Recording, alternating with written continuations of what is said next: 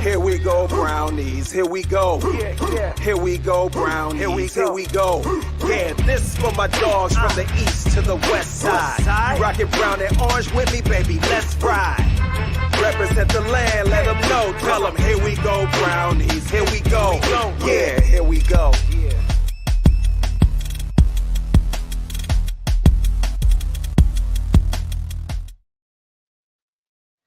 Well, that was something. How about it? How about that? The Browns pull away with a win. And I got to tell you, Dustin, that was probably the craziest 30 minutes of my life just now. So as you can see, I am at the condo right now. We've got some serious remodeling going on. We've got contractors in and out.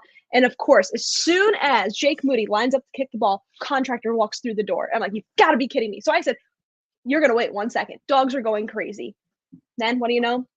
Wide right. It's like the football gods liked us for once. It was, I got to tell you, Allie, Schwartz in this game looked amazing with his defense. PJ, made his mistakes, but he had some damn good guttiness in this football game. He kept the Browns in the game. He managed it, right? He didn't throw it away. He almost gave me a heart attack, though, on a throw near the end of the game there. I'll forgive him for that because I don't think he knew. He was like, whew, I shouldn't have thrown that. And everybody in the stadium said, yeah, I probably shouldn't have thrown that. But, Allie, this game from the start just had that feel of we're going to be in this thing, right? You just felt like, and we talked about it earlier in the week, it was like a sludge match, sluggish kind of game. And it kind of just turned into that. And the fact that at one point the Niners had minus 12 yards of offense in the second half is astounding to me. We also give Brock Purdy his first loss. We give Brock Purdy his first interception. I mean, there's a lot of things that happened in this football game that when we unpack this on Wednesday, we're like, I don't know, but wow. The defense played lights out today, Allie, and I just felt as the game went on and on, more and more confident in that in the Cleveland Browns defense. It was phenomenal. Yeah, absolutely. And I want to actually dial into one moment in the game. It was towards the end, and Greg Olsen absolutely just destroyed the Browns and Kevin Stefanski's decision to punt the ball instead of going for it. We can all think back to when that was. There was a lot of talk about it on the broadcast, and I entirely disagreed with what Greg was saying. I he agree was saying, too. look, Yeah. you've got the momentum, you should go for it. And I said, no, absolutely not. Now, if you're going to beat San Francisco, you have to be aggressive, 100%. But the way that your defense has played, yes, all game long, you put the trust in your defense. You pinned them back, and that's exactly what they did. They pinned them back. They got nothing going. It was a 3-and-out. I mean, now there were some decisions later on in the game, especially from PJ Walker, that you'd certainly like to have back that brought it down to a nail biter, certainly. But that one in particular told me that Kevin Stefanski, this team, trusts entirely on what they've got going on the defensive side of the ball. Oh, 100%. He basically said, Schwartz, you got this. I know your boys got this because we're going to make this a field position battle, right? And we're going to make them earn this because the way they've been playing today, they aren't doing much, right? They aren't moving the ball. And for most of this game, I mean, the Browns, yards, time of possession, everything in this football game, even with the turnovers that the Browns, with PJ today, those 2 turnovers, even with those turnovers in this football game, I still felt the Browns were dominating this game on the other side of the ball, just pure domination. It was like, this is that defense that we talked about, right? That the Browns could be that defense that would just go out. And what did we say, Allie? There's going to be a game this year where the defense is going to have to will this team to a win, right? They're going to have to will them to a win and get them over that finish line. And that was this team today. That defense literally willed and kept them in this ball game from the time the ball took off today. It was phenomenal to watch. It was very, very nerve-wracking the last 5 minutes, though. I probably aged 10 years in the last half hour of this football game. But I was like, of course, here we go. They're just going to go down and kick the field goal. And then for that to go wide right, I'm like, that is what happens to Cleveland. I'm like, that's what happens to Cleveland. They missed the kick wide right. Well, hey, you know? look, that's a good point here. And guys, I do apologize for my studio setup today. Like I said, I am at the condo. Some insane renovations going on here today. So I do apologize if there's a bit of an echo and for my space. But I want to talk about that. There were many, many things that happened in this game. Penalties, especially, Oh that my went gosh, over against 200 yards. Yeah. Yes. Now this was a game of penalties on both Yes. sides. So, but I want to talk specifically about the a few penalties late in the game against San Francisco. Oh, There were big the ones. defensive holding, just a few there that happened. And I look at David and I said, that's what happens to Cleveland. I can't believe that we got that call. And frankly, I didn't really agree with some of them. I was surprised that they even threw the flag to begin with. But I mean, they bailed us out. We're going to certainly take advantage of it. But you talk about that kick going wide right. That's just something that happens to Cleveland. Feels pretty nice being on the other end of that for once. Oh, and I feel like we stole one today, Allie, because here's the thing. And I said this, and I thought maybe, and how about the chippiness that was going on between the players before this game even started? I mean, there was a little bit of, and even Stefanski, I don't know if you caught it, but someone addressed that about your team had a little chipness to him, and he goes, yeah, when they're talking trash and belittling us in our house, we're gonna fight back, and he goes, I don't think that's the right way to do it, right? But I felt like from the get go, this team is really going to play chippy today with a chip on their shoulder. And I got to tell you, they just kind of just were, I don't know, like, I think this would have been an amazing game to be at today. Like, I mean, it was euphoric probably after this football game. And I mean, this was a game that they fought tooth and nail the entire football game to win this game. This was a team win. And what I mean why I think we stole this game, Allie, if we looked at this game on the calendar, say a month back, and we said, okay, in this football game, Deshaun Watson will not be playing. Nick Chubb will not be our running back. Joel Petonio will not be playing in this game for the first time in God knows how many games. I would have been like, yep, we're screwed. This game's just pack it up, put it away. It's a loss. This was a team win, and I think we stole this one. And it does look like Deshaun's getting healthier and may be back next week. And this is one of those games that kind of defines a season, Allie, right? This is one of those 100%. games that could define a season and project a team in the right direction. And I think this was one that when we put it on the calendar, no matter if it was Nick Chubb, Deshaun Watson, it was an L, right? No matter what. Yeah. So let's talk about that. So if you look at the record and you look at the schedule for your Cleveland Browns, and if I were to tell you at the start of the season, week 1, hey, after the bye week, you're going to come out 3-2. You would say, okay, we feel pretty good about that, right? Like that's kind of where we figured we would be. We probably have a loss to San Francisco and maybe Baltimore, but we feel good about the rest. Right. Wrong. I mean, your losses come with heavier implications, right? With that being of the Ravens and of the Steelers. But yeah, you definitely kind of stole one today from San Francisco. This is arguably the best team in the National Football League. Now, they did lose CMC. They did go without Trent Williams for a little bit. Debo went out. So I mean, they were getting beat up out there, but Cleveland was the better team, especially defensively today. I mean, you talk about this stout 49ers defense, and they're really, really, really good.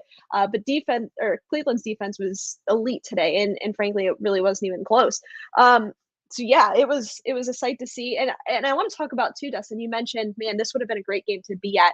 When they first panned the stadium at the start of the game, I said, man, there's a lot of red. There's a lot of red in the stadium today.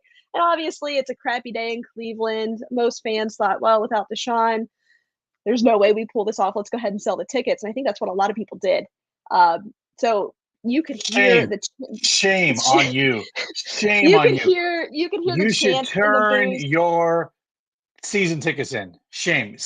Give them away. No, don't turn them in. Just give them to me. Just give them to me. It's fine. Give them to another Browns fan or sell them to a Browns fan. Don't no, Niners fan.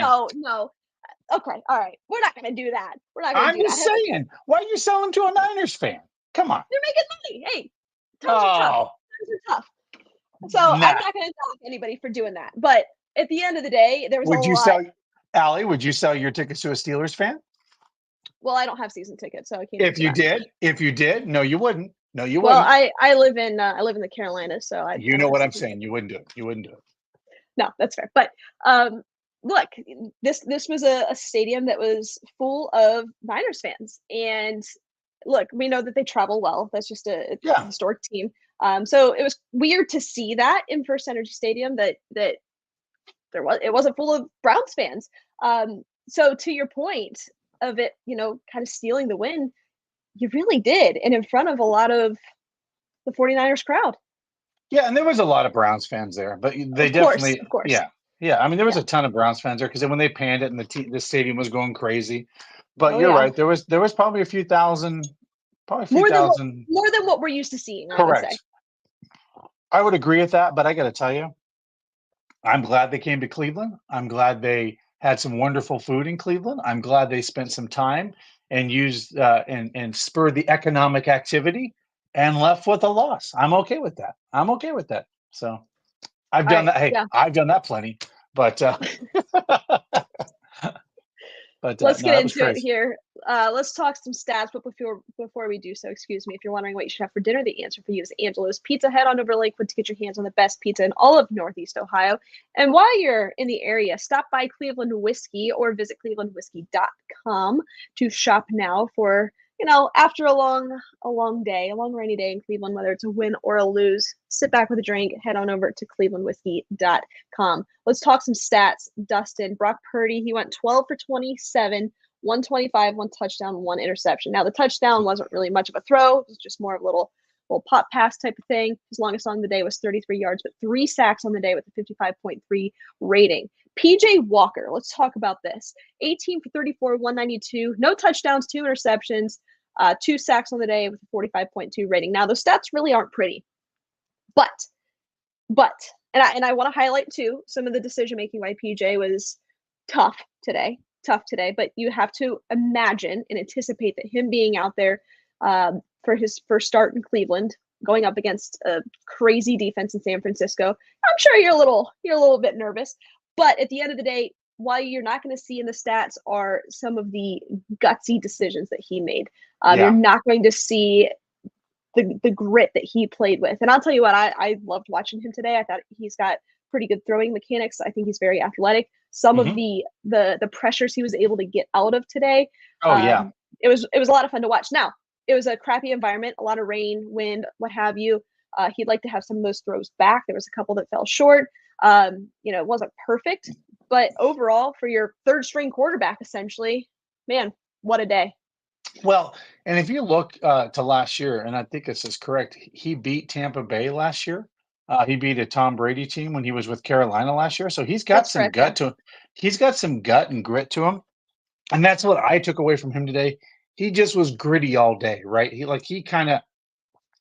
knew he made mistakes, and he'd be the first to say I should have never throw that pass late in the game when a field goal gives us the lead. I mean, he would say all those things, but he just played with some grit. There was a couple times where I think he could have been sacked for 10-yard plus loss, got out of it, made something out of nothing. And I want that in my backup quarterback, a guy that's gritty like that. Yeah. And just and what's really interesting to me is it goes to show you that experience, no matter who you are in the National Football League, counts. And I'm not Right. taking anything away from DTR, but to throw DTR to the Ravens defense as a rookie and never start a game to a guy that's had 16 plus games in the NFL as a start, big difference, right? Like he's not going to have the white of his eyes be like, I'm not going to be, this isn't too much of a moment for me, right? And I kind of felt like even after PJ threw a pick, he came right back and was very confident, very like he just kind of put it behind him. And I think someone like DTR kind of probably more magnifies on something like that because it's his first game and he's really overthinking everything. And that's what I took away was just the difference and the calmness that he brought to the offense today. Yeah. Yeah. I agree entirely. There's just something to be said about experience in the National Football League. And just something to remember too, DTR, like he was thrust into a position 2 weeks ago now, the bye week, thrust into a position that he never should have been in. Right. With the lack of communication surrounding Deshaun Watson's throwing shoulder, what that looked like, his playtime availability, all of that. He was thrust into a position where there really was no game plan for him. So, we don't have a good enough sample size to say, to really judge DTR in any way. But experience matters. And you talk about that, Dustin. You've got PJ Walker, who's played in several NFL games. He's been in the league. He's been on different Yep. teams.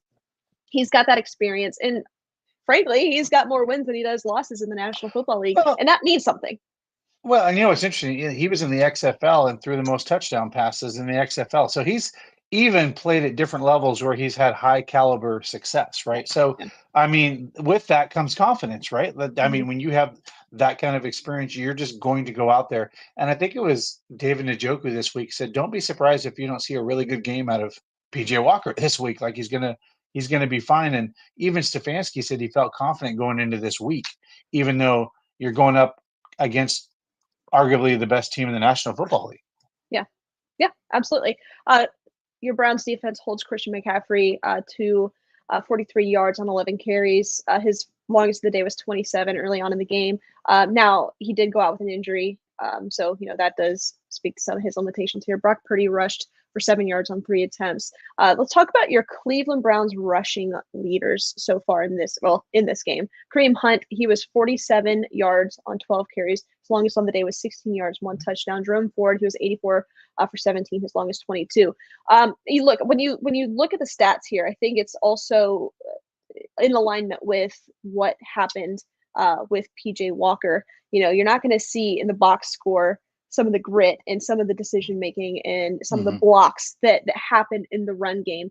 I don't think it was the prettiest day for our rushers, but they did what they had to do. When it was 3rd and 4 and you needed to get it, Kareem Hunt got it. He did what he does. So it was still there. I just say Kareem Hunt looks like he had brought his game to another level today compared to he just looked a lot more gritty out there today. And he fought for some really tough yards. Obviously, the one thing we do like about Kareem Hunt is he catches the ball out of the backfield, right? He creates some differences that Nick Chubb didn't do, right? Because he's just a different type of player. But I thought Kareem played really gritty today and really fought for some extra yards when we really needed them in this football game. And then Ford kind of just wore down that defense later in the game. But early on, Kareem was really moving the sticks and keeping this offense going on the field. K&D is your one-stop shop for housing in the region with apartments and amenities for everyone, including residential, commercial, retail, and corporate housing. Find your dream home at K&D. Visit knd.com to get started. No, I agree with you, and especially towards the end of the game, Dustin, you see Jerome Ford rushing for big numbers. I mean, this was a gas defense in San Francisco, and that's how you win games. Put your trust in your offense, and even though you don't have Deshaun Watson out there, you still have a lot of guys that can do a lot of really good things. And I was glad to see that Stefanski leaned into that. Let's talk about our pass catchers. Amari Cooper on the day, he was targeted 8 times with 4 receptions, 108 yards. Man, what a day. Let's talk about that one catch from Amari. What a throw by PJ Walker. What a catch from Amari Cooper. I didn't even know that he caught it. It didn't even occur to me that was real. I just figured it was incomplete, because it just seemed so acrobatic and insane. I didn't believe it was real, but he had an amazing day. Kareem, he was targeted 3 times for 3 receptions, at 24 yards. Jerome Ford 2 for 2 on 7. Elijah got open quite a bit, just wasn't able to connect on several attempts. 7 targets, 7 targets, 4 receptions, and 19 yards. But David Njoku stepped up in a big way, even though he's battling through his burns and his injuries. So 4 targets on the day, 3 receptions, 24 yards. Man, we talk about Deshaun Watson earlier in the season and how he was playing hero ball. And I just named all of those guys on that list and the talent that's on there. Your quarterback just needs to be a distributor. And PJ Walker was just that in a lot of ways today. You get the ball in the hands of your elite playmakers, and they're going to make things happen. Frankly, they did. Yeah, and let's talk about folks like Dunn today that stepped up in a big way on the offensive line and made those lanes for Ford and those guys to be able to get those first downs today. The offensive line, other than a few penalties, played pretty good. Wyatt had one. I think Jed, I don't know if Jed had another one, but not a lot of penalties on the offensive line today.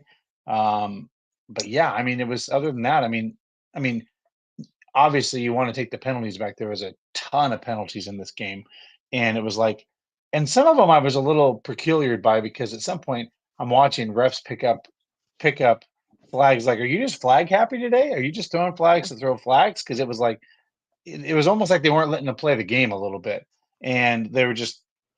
But I got to tell you, like one drive where I thought we were going to stall in this game, and those two huge penalties on the Niners, one for that kind of late hit, and then the holding call. I was like, man, that's usually Cleveland. That's usually what happens to Cleveland late in the game.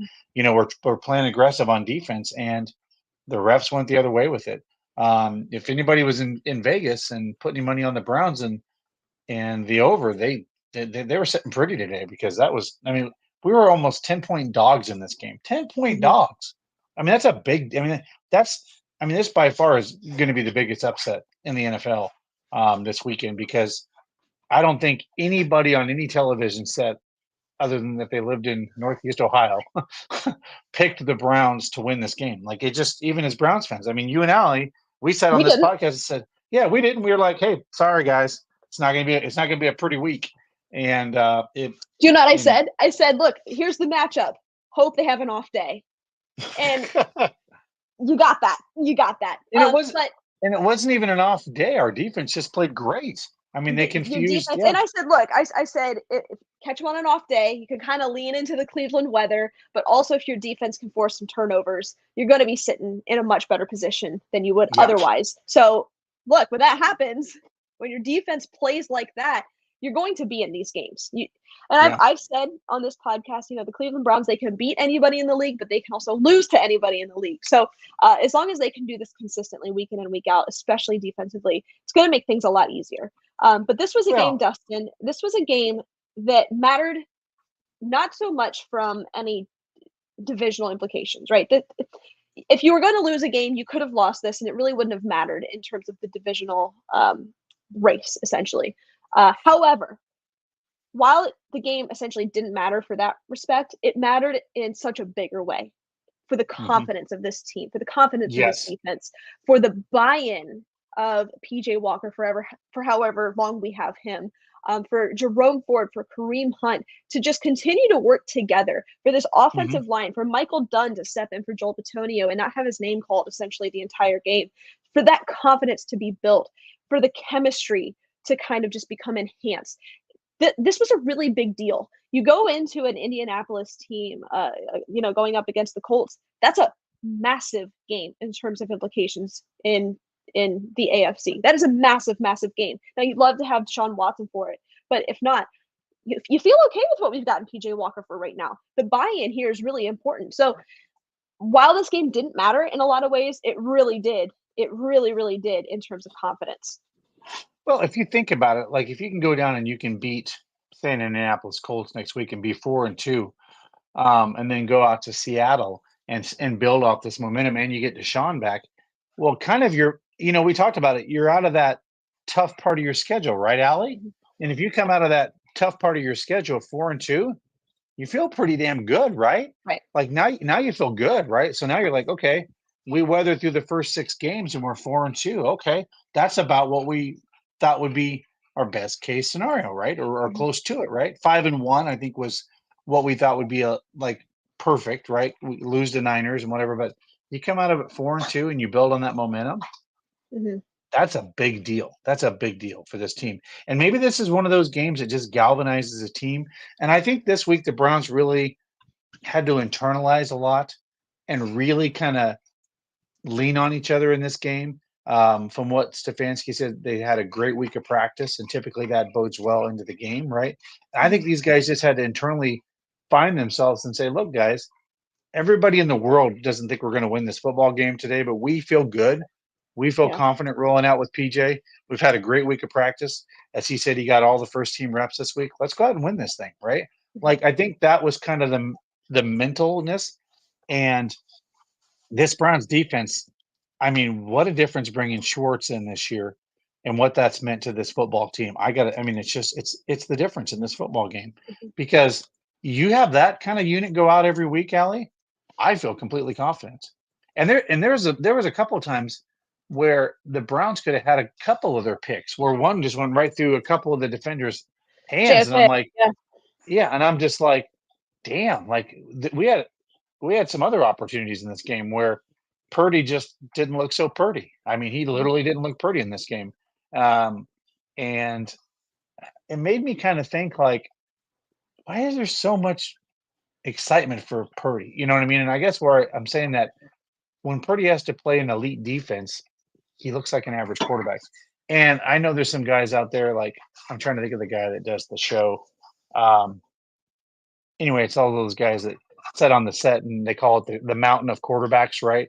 And he always says the Niners' biggest liability is Brock Purdy, and then everybody argues with him and says he's not. But in this game, you could almost say that, right? Your defense was great in this game for the most part. You know, San Francisco puts up a good defense. Kittle's going to be your playmakers, but I guess Purdy's not going to wow you, if that makes sense, right? You know what I mean? He's not going to Patrick Mahomes you on the field, right? He's not going to come up with some play that's going to dig him out of like an elaborate. And it was weird. Like I was like, this guy gets a lot of press, and then to watch an entire football game that I'm intently watching, I'm like, oh, he's okay, like but he's not. But I think the scheme helps him, and I'm not going to sit here and call him a system quarterback because he's had a lot of success right now. I'm not willing to say that yet.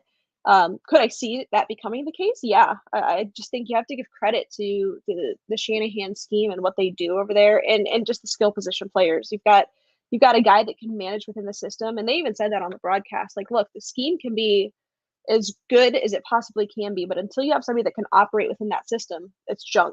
Right. They found that in Brock Purdy, right? He can be that guy. It's just, look, you come to Cleveland in bad weather up against a really, really, actually, no, let me rephrase that. In bad weather and an elite defense, you're bound to make mistakes. You're bound to turn the ball over, and it's up to the Browns to capitalize on it. They did just that today. Look, if you want to beat the San Francisco 49ers, the best team in the league, you have to be aggressive. You have to make the plays. And when they give you those gifts of 15-yard penalties down the field, or pass interference calls, or they turn the ball over, you have to capitalize on it. And I will be critical of the Cleveland Browns today in the sense that I think that there were some plays left on the field that PJ Walker made the wrong decision. Very, very close to turning the ball over in several instances. So I don't think the Browns' offense was stunning by any sense of the imagination, but at the end of the day, they got it done.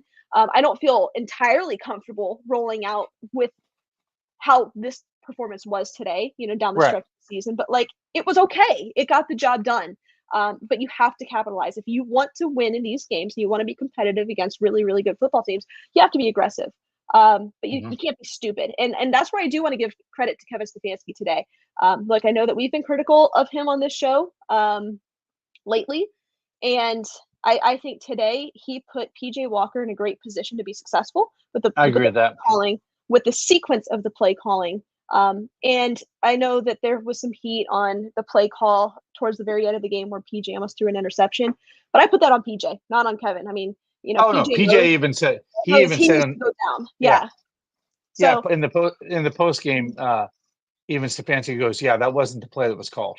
No. So So I will say I thought the game plan today coming out of the bye week was refreshing. I thought it was good. What I didn't love is the penalties. That's got to be cleaned up. And I want to bring up the penalty on the screen. Jedrick Wills was too far down the field. I think it was like 5 or 6 yards down beyond the line of scrimmage on a screenplay. You can't do that. It got called back, sucked the momentum out. I think the Browns were going to score there. I agree with that. That one play, that one play could have cost the Browns the game. So I still do not think that this offensive line is good enough. I do not think that Jedrick Wills has been good enough. They got lucky there. They got lucky that they missed that field goal. We got lucky that that Dustin Hopkins did what he did today. He's a great player. I want to give him credit there, but there is still a lot to clean up. So while I am happy with the play calling, the sequence, and the position that the Browns were in today coming out of the bye week, I am not thrilled with the lack of discipline. Well, and if you think about it, Hopkins missed a field goal in this game, and the kicker for the Niners missed 2 field goals in this game. So, you take those off the board, or you put them on the board, and this is a very different outcome. But I don't know. It's interesting. Like, and this is a Niners team that the way they demolished Dallas, you know what I mean, and made it look. By the way, made it look easy. Not just, but a team that most people have as a playoff team this year, and they just looked silly against them, right? Mhm. And allegedly the Dallas Cowboys are supposed to have a good defense, but I mean the Browns Allegedly. just kind of just, and I think Allie, quote me if let me know if I'm wrong, but I think the Niners are averaging over 30 points a game this season, right? That's Correct as correct. well. So they're a top 5 offense, and to be able to only allow them to score 17 points today, I think the football gods were in Cleveland today because this is funny, Allie. As the game ends, I'm like, look, it's Bernie Kosar's number and Brian Sipes' number is the final score, 1917. I'm like, the football gods we're looking out over Cleveland today because that never happens that Mhm. we win that game, Allie.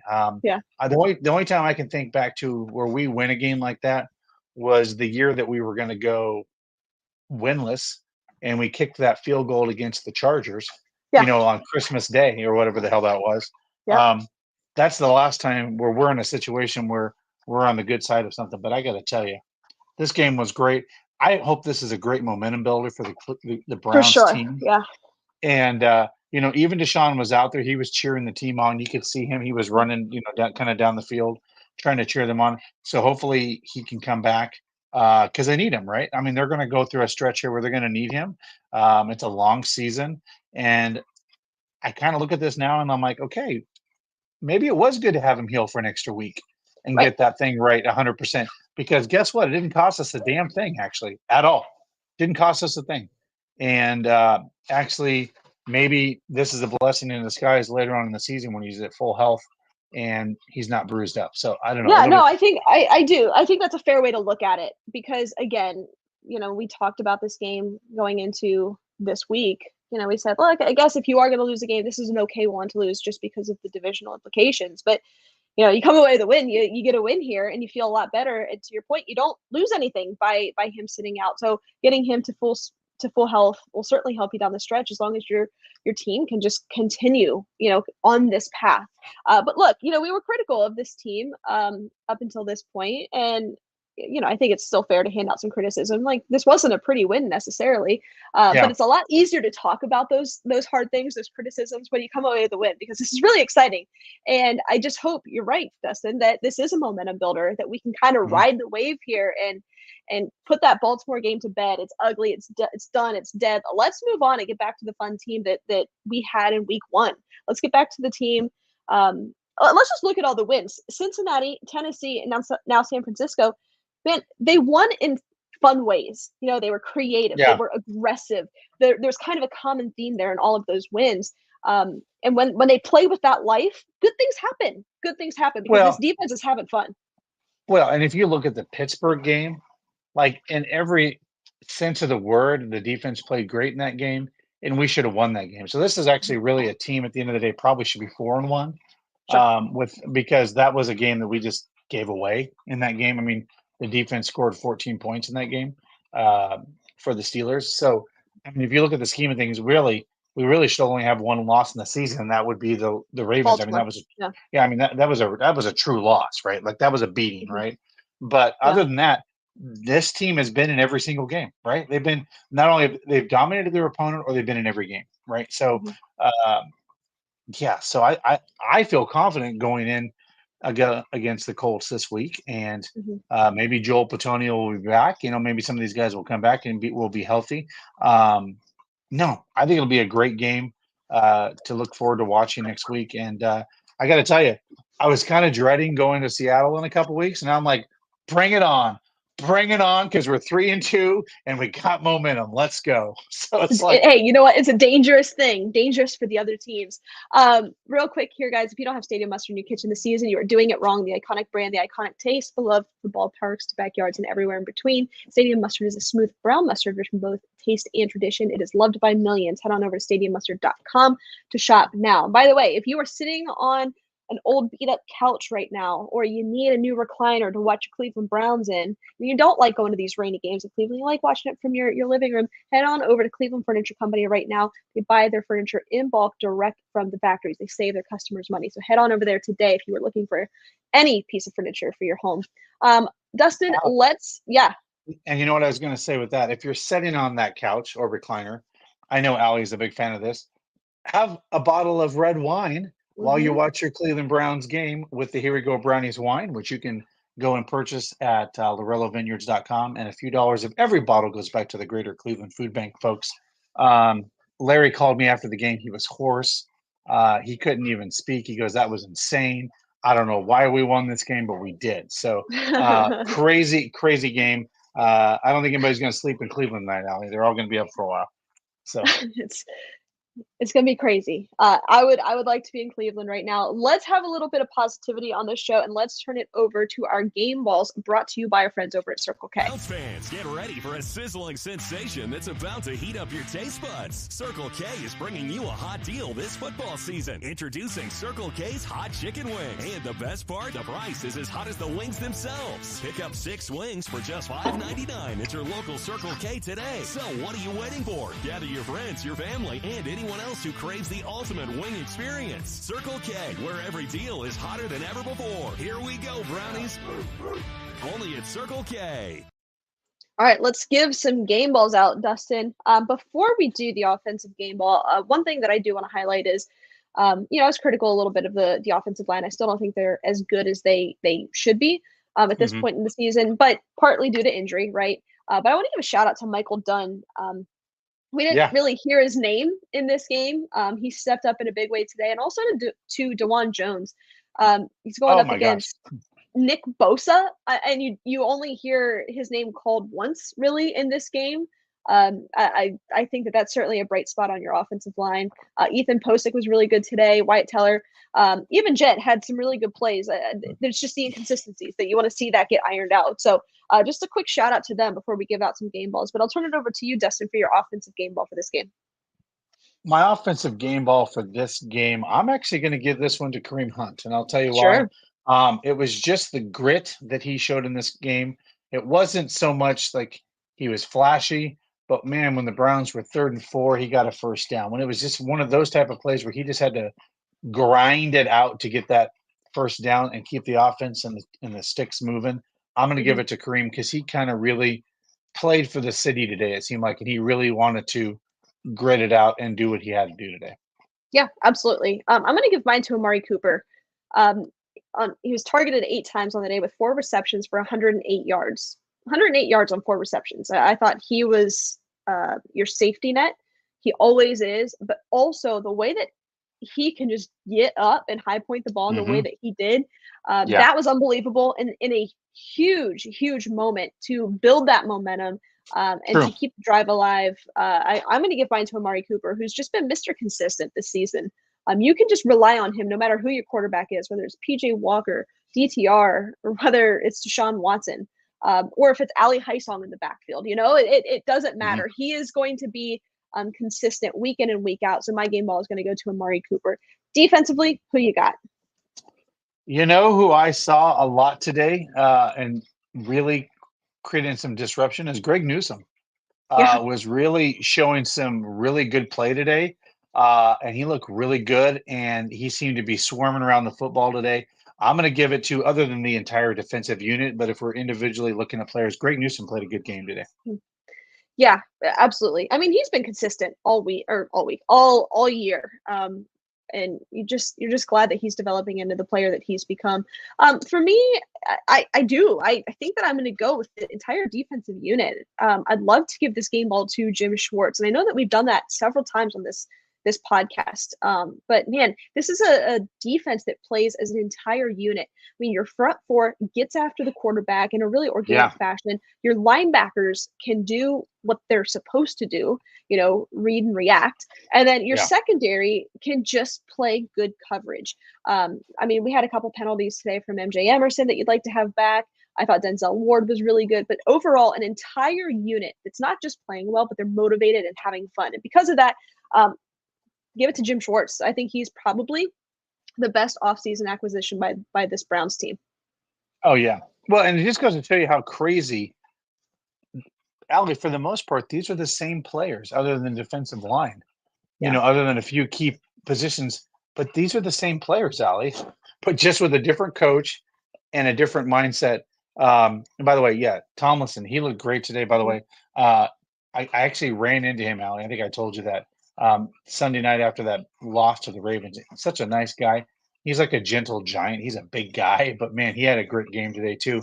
But there were just so many players today that just kind of stepped it up to the like they added a little extra level to them. And like you said, Jones, boy, is that not looking to be like one of the greatest pickups we've made in the draft this year? Looks I pretty mean, good. that is a big ass man. And like you said, he had to go up against Bosa, but man, he's a big ass man. Like, I don't care who you are, that's a lot to get around, right? That's Yeah. a big dude to have to get around, Allie. But Allie, I got to tell you, let's give a quick shout out to our friends over the Browns Fan Cruise. By the way, if you guys are getting excited about Browns football, the off season will be here in 6 months. But join us for the Browns Fans Crew as Allie and myself will be doing some things from the ship. We'll have some activities also on the beach. But guys, this is fun. It goes to Jamaica. It goes to the Bahamas. So you know what? Get that exercise in. Get yourself looking great so you feel good. You look good. You look good. You feel good. So you can go on the cruise with us in March. I think it's March 11th. 5 days. I mean, doesn't that sound fun, Ellie? That just sounds amazing. Like 5 days on a. Yeah. Hey, you know what? I'll take it. I'll take it. I'll take it. You know what else I'll take is a Victory Monday tomorrow. I will certainly take that. I did not think we were going to have a Victory Monday. I did not think. No, a Victory Monday. I was like, yeah, more like a. Okay, let's go on to Colts. Let's move on to the Colts. And I got to tell you, Allie, so I'm in a Browns backers group, and it was so weird. And so our bar has it's not even really a park, but it's like a grassy area by the parking lot, right? And this was the weirdest thing. I got this weird omen. I'm walking up with all my stuff in my hand, right? Because I'm going to meet everybody. And there is a dog on the grass. And it just is like 20 feet from the bar. And it just starts barking, like aggressively, like I'm mad. And I'm like, you look like such a nice puppy, but you're just angry. And I'm like, maybe that's a sign that we're going to, like the dogs are coming out today, right? And it was so weird. There was like 3 dogs there today, and there's never dogs there. And I'm like, all right, this is all calm. And this is what we do as we're conspiracy theorists as Browns fans. But yeah, we are. But I was like, something's in the water today because this dog's barking at me. The players get into a scuffle before the game. Like, there's a lot going on here, right? Like, there's a lot of. But Allie, this game reminds me a lot of the game that we went to at Tampa Bay. Rainy, kind of sloshy, kind of back and forth. You didn't know who was going to win. Somebody scored late. It was that kind of game. And it was David Njoku. I'll never forget it. Yeah. Oh, that catch. It was nuts. I'll never forget it. But no, look, it's just really it's a lot of fun when the Browns win, obviously, and it's just nice that we can ease into the week without being pissed off from a Browns loss, and we can just jump into the week with a smile on our face, knowing that your Cleveland Browns came away with a win, a huge win at that. I think there's a lot to be optimistic about. I thought this was a great performance. I thought this was a great scheme. I thought this was an overall really good day, outside of penalties, but it's going to happen. And thankfully they were calling it consistently on both teams. We have to feel okay about that. And didn't you notice there were some times in this football game, and I couldn't always hear the announcers because you were in a bar and it's a big screen, but the look on Shanahan's face of frustration and that smirk.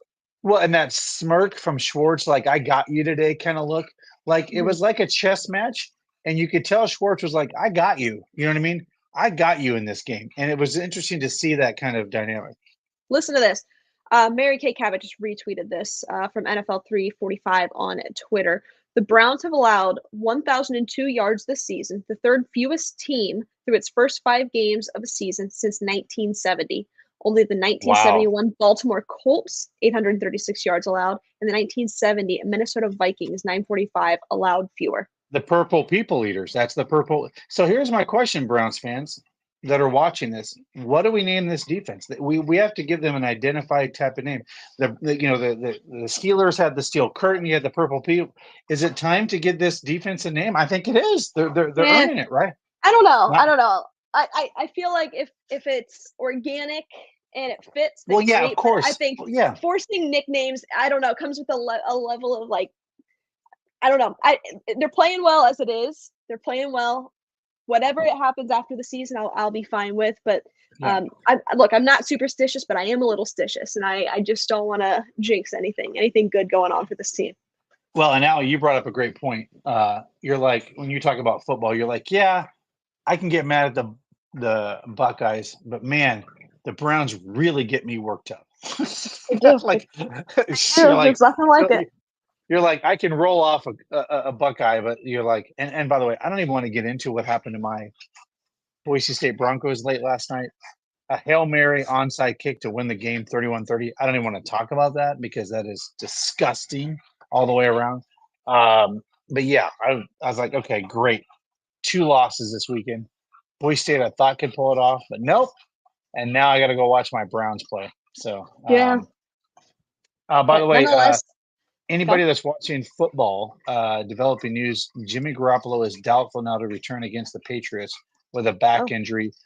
Former Browns quarterback Brian Hoyer is in the game. okay. All right.